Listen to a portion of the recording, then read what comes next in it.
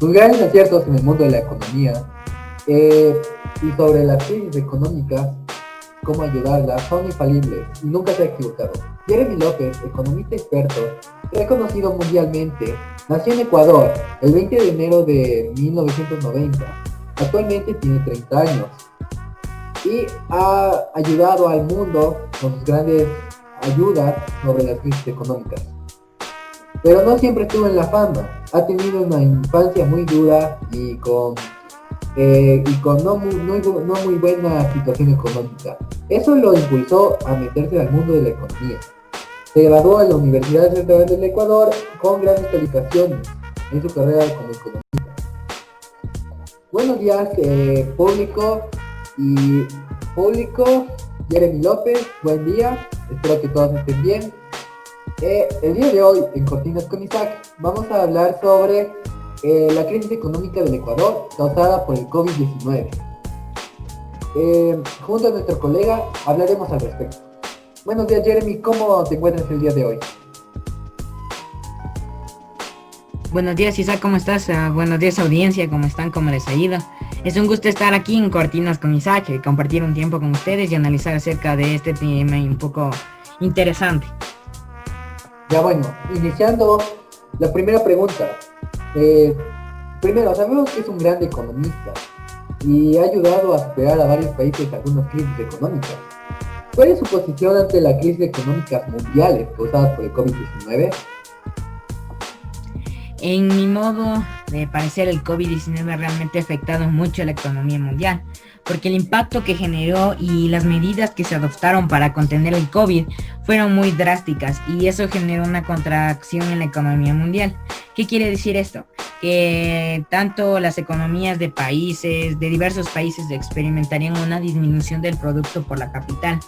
¿Qué es el producto por la capital? Es las ganancias, los ingresos que genera un país.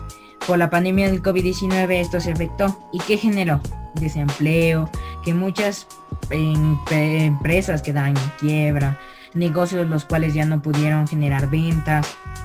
En el caso de los países, muchos quedaron en grandes deudas, tienen que incluso hasta solventar los gastos públicos, principalmente la salud.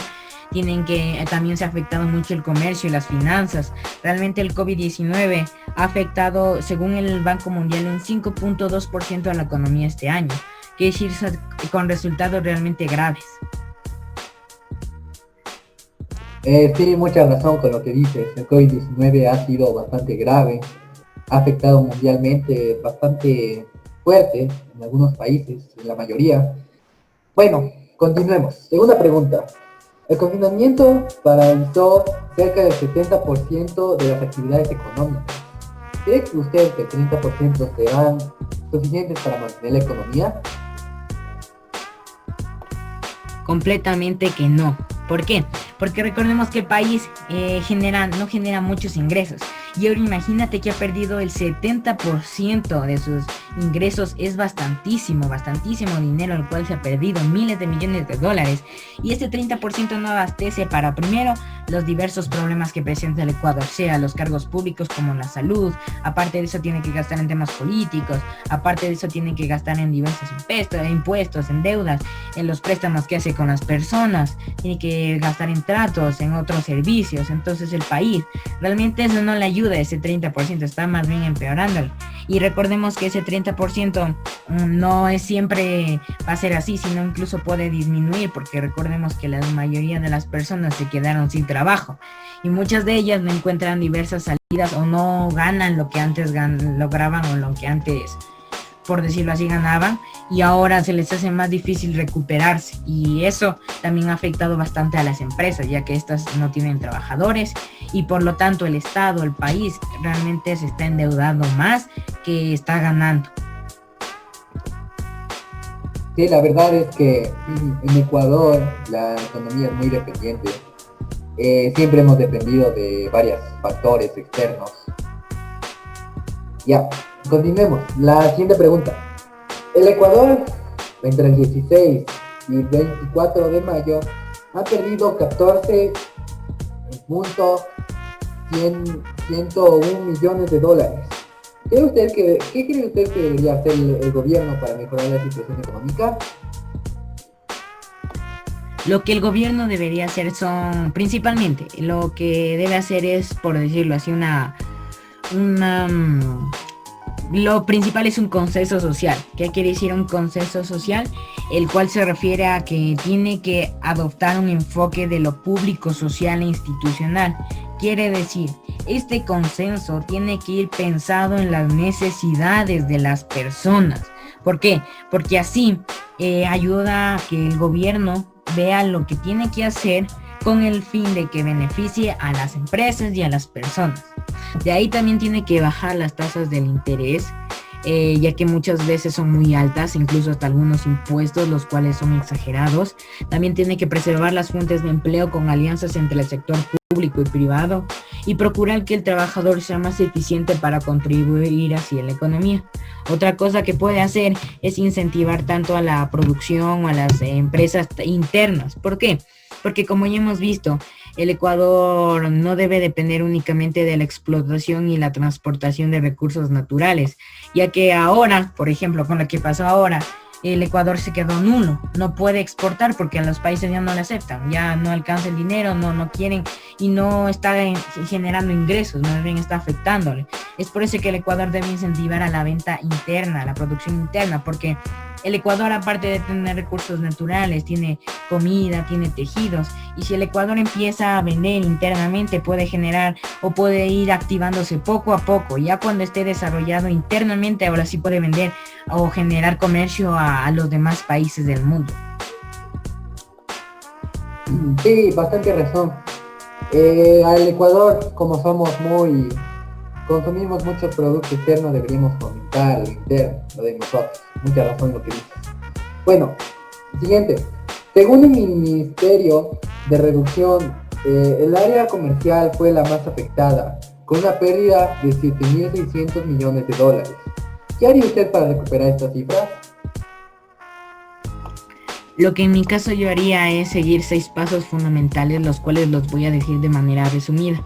El primer paso en sí es, por decirlo así, evaluar las exposiciones y los riesgos de las personas. Quiere decir una evaluación del riesgo que están sufriendo las personas por el COVID. En resumen, definir los escenarios de crisis se refiere a identificar los escenarios, la parte del sector del comercio más afectado o el menos afectado.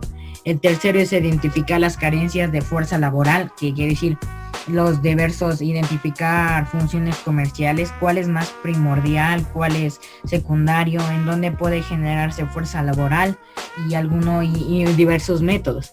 El cuarto es desarrollar una respuesta potencial, que quiere decir debido a la información debido al habernos informado qué ha pasado, qué está pasando, nosotros debemos definir una posible respuesta, diversos métodos para prevenir esta crisis y así probar esta respuesta.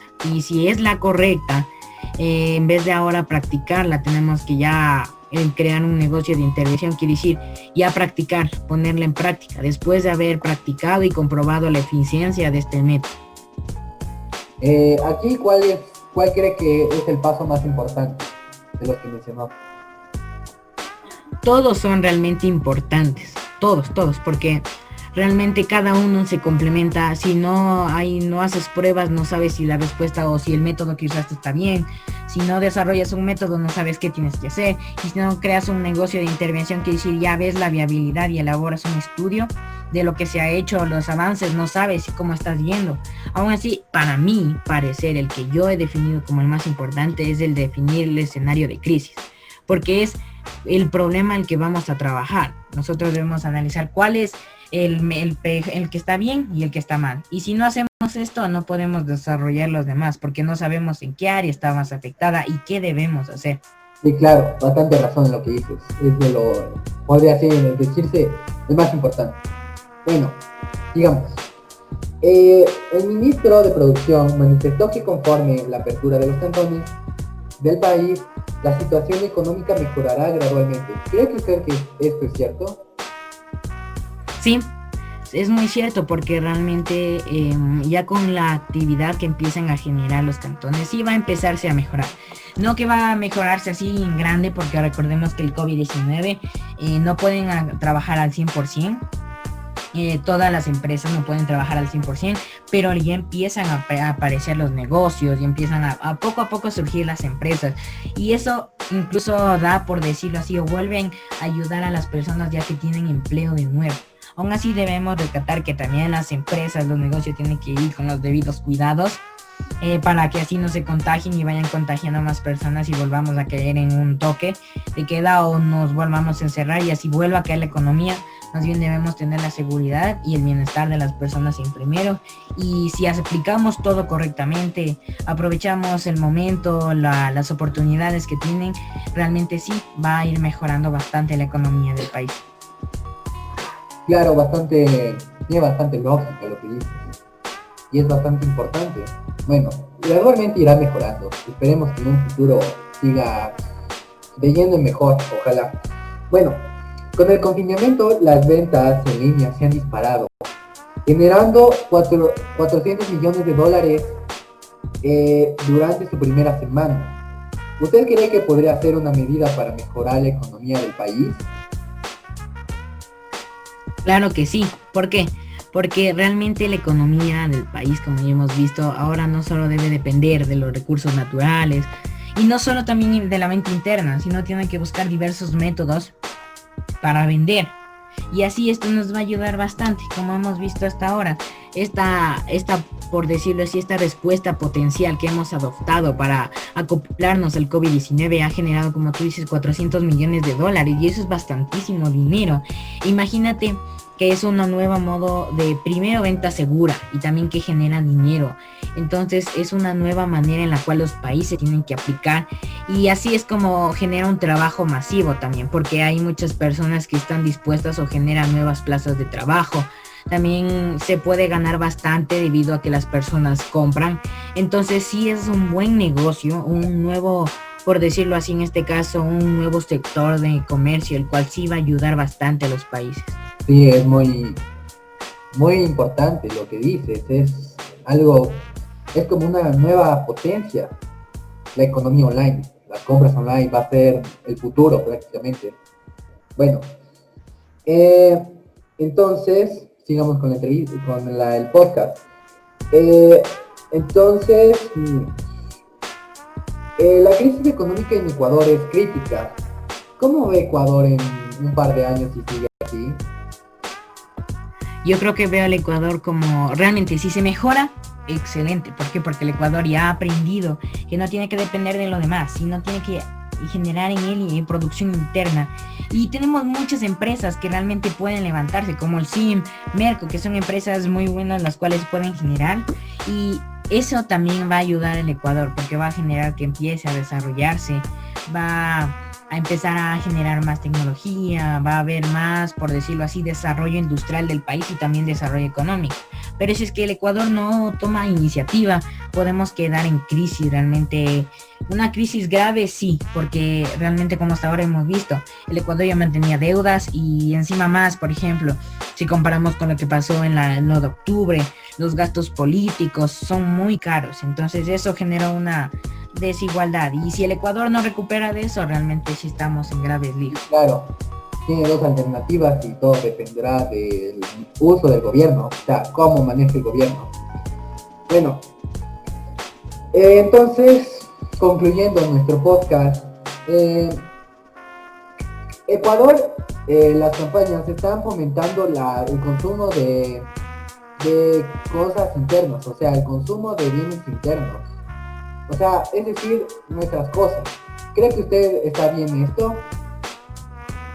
Sí, porque el consumo de bienes internos, como ya lo mencionaba, ayuda a que el país se active. Por ejemplo, un pequeño negocio empieza a vender tejidos, empiezan a generar, es como que el dinero, ya por decirlo así, la persona empieza ya a tener sus propias ganancias. Entonces, por ejemplo, gasta $400 pero gana 700 y está empezando a ganar ella misma.